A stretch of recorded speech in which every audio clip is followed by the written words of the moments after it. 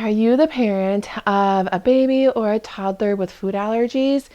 The holiday season can be stressful for you, and I totally understand. For us, the years between when my kiddo learned to walk to when he learned to understand his allergies and not eat every crumb off the floor, those were our hardest to navigate because you're having to watch them like a hawk. I get it. For sure.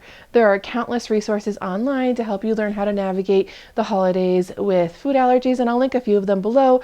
It includes organizations such as FAACT and FAACT and some awesome content creators online. But I thought I would share with you a story of us learning to navigate these years and a tip I have for you moving forward. So the year that my kiddo was about to turn 2 at Thanksgiving, we thought we had it all figured out. We had made sure that candy dishes were put away, that plants that he could nibble on were hidden in closets or put in the garage, and all foods containing any allergens were far back from the counter edge, and we felt confident. Well, confidence comes before a fall, they say. And so this year we had navigated Thanksgiving dinner. Everything went swimmingly, and I was starting to relax. And I turned around just in time to see my toddler take a giant hunk out of a candle, a pillar candle that was in the front window of the person's house we were at. And I tell you, my stress spiked through the roof. This little guy thought that the candle covered in glitter was cake, and he thought he would give it a taste. Oh my goodness. I ran over and swiped all the wax out of his mouth, and ultimately he was fine. I mean, I don't know if it was a soy candle or what, but it taught us a valuable lesson moving forward. So from that day on, until he had a good grip of his food allergies, what we would do anytime we arrived at someone new, like someone new's house, so somebody that we don't go to their house a lot, is that we would send one adult in to scope out the allergy-friendly situation. So we would check the bathroom for soaps that might contain things like milk or nuts. It's out there. If you haven't found goat milk soap yet, it exists. Or almonds in a lot of soaps. Why? I don't know. But anyways, we would always scope out the bathroom for soaps. We would check to see if there were any living plants that he could get into and maybe nibble on, because no one wants that to happen. We would ask about pets and if they had, food that the pet had been eating that might be a concern for our kiddo.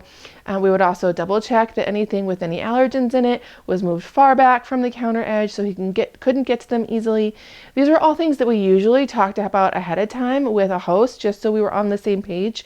But we learned that it was helpful to send one adult in to scope out the situation and address any of those concerns before we brought in our toddler, because if you're like us, the second you let your toddler down, they're off and you're having to navigate things on the fly. And so for us, it's been really helpful to do this, and I'm hoping for you that you can avoid any pillar candle incidents over your holiday season.